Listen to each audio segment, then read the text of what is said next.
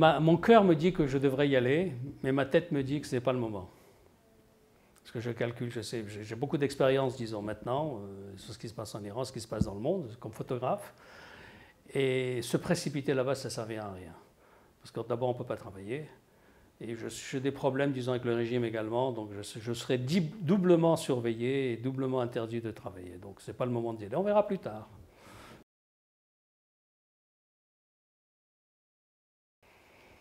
J'ai couvert la Révolution pendant 2 ans.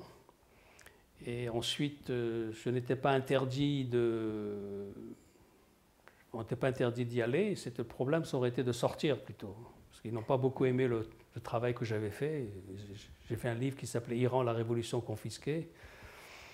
Et donc pendant 17 ans, je n'ai pas été en Iran, jusqu'à ce que Khatami commence sa campagne électorale. Donc je suis retourné. Et dans les dernières années, j'ai fait beaucoup de voyages.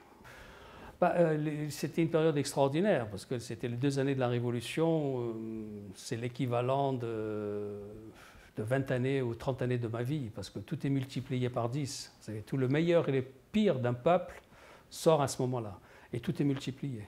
La grande différence entre aujourd'hui et la période de la Révolution, un autre point de vue des photographes, c'est qu'au moment de la Révolution, il n'y a pas besoin de visa pour les journalistes étrangers. Donc tous les journalistes allaient librement en Iran, pays occidentaux. Ils travaillaient sans passer par le ministère de l'Information. Maintenant, c'est le ministère de la Guidance. Et c'était un peu la bêtise du Shah. C'est comme ça que le Shah s'est lui-même tiré une balle dans le pied, parce que la presse avait un accès illimité. Eux, ils ont compris. Le régime d'aujourd'hui, ils savent que s'ils laissent un accès illimité à la presse, le monde entier va en parler de plus en plus et ça va faire beaucoup plus de brouhaha qu'aujourd'hui. Donc ils ont limité. Également, ce qu'ils ont appris, c'est qu'à l'époque du Shah, le Shah ne pouvait pas penser que son peuple allait soulever contre lui. Donc il n'avait pas prévu des CRS, ce qu'on appelle riot control, des policiers anti-émeutes.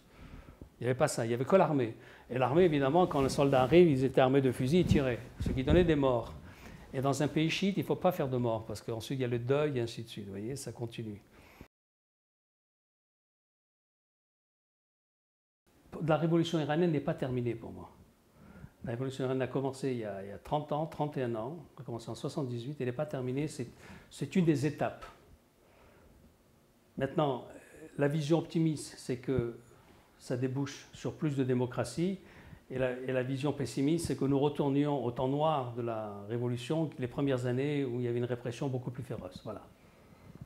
Donc c'est une étape et on ne sait pas, pour le moment, on ne sait pas où ça va aller. Aujourd'hui, disons, ils ont un leader qui n'est pas grand, qui est moyen, c'est Moussavi. Et de toute façon, ce n'est pas un révolutionnaire, Moussavi. Moussavi, c'est un homme du sérail. Il ne veut pas faire une révolution, il veut faire des réformes. Et la plupart des Iraniens qui descendent dans la rue, pour le moment, je dis bien pour le moment, ne demandent pas de faire une révolution, ils veulent faire une réforme, ils veulent que le régime devienne plus humain. Ils se sont accommodés plus ou moins du régime islamique et ils aimeraient qu'il devienne plus humain. Donc ce n'est plus la même situation qu'en 1979. Est-ce qu'il y a une différence entre Ahmadinejad et Moussavi? Oui, bien sûr qu'il y a une différence. Mais c'est une différence de style. Sur les fondamentaux, je ne crois pas. Ils sont tous les deux pour la République islamique. Ils acceptent tous les deux, du moins en parole, le concept de Velayat et Faqih, c'est-à-dire le guide suprême. Ils acceptent ça. Mais je crois qu'il y aura une vraie différence dans le style de gouvernement. C'est pour ça que les jeunes qui ne veulent pas une révolution, veulent une réforme, sont pour Moussavi, et enfin pas seulement les jeunes, disons les gens les plus conscients de ce qui se passe dans le monde veulent Moussavi plutôt qu'Ahmadinejad, oui. Je veux un Iran démocratique, ouvert, je veux un Iran qui ressemble à la Turquie, voilà.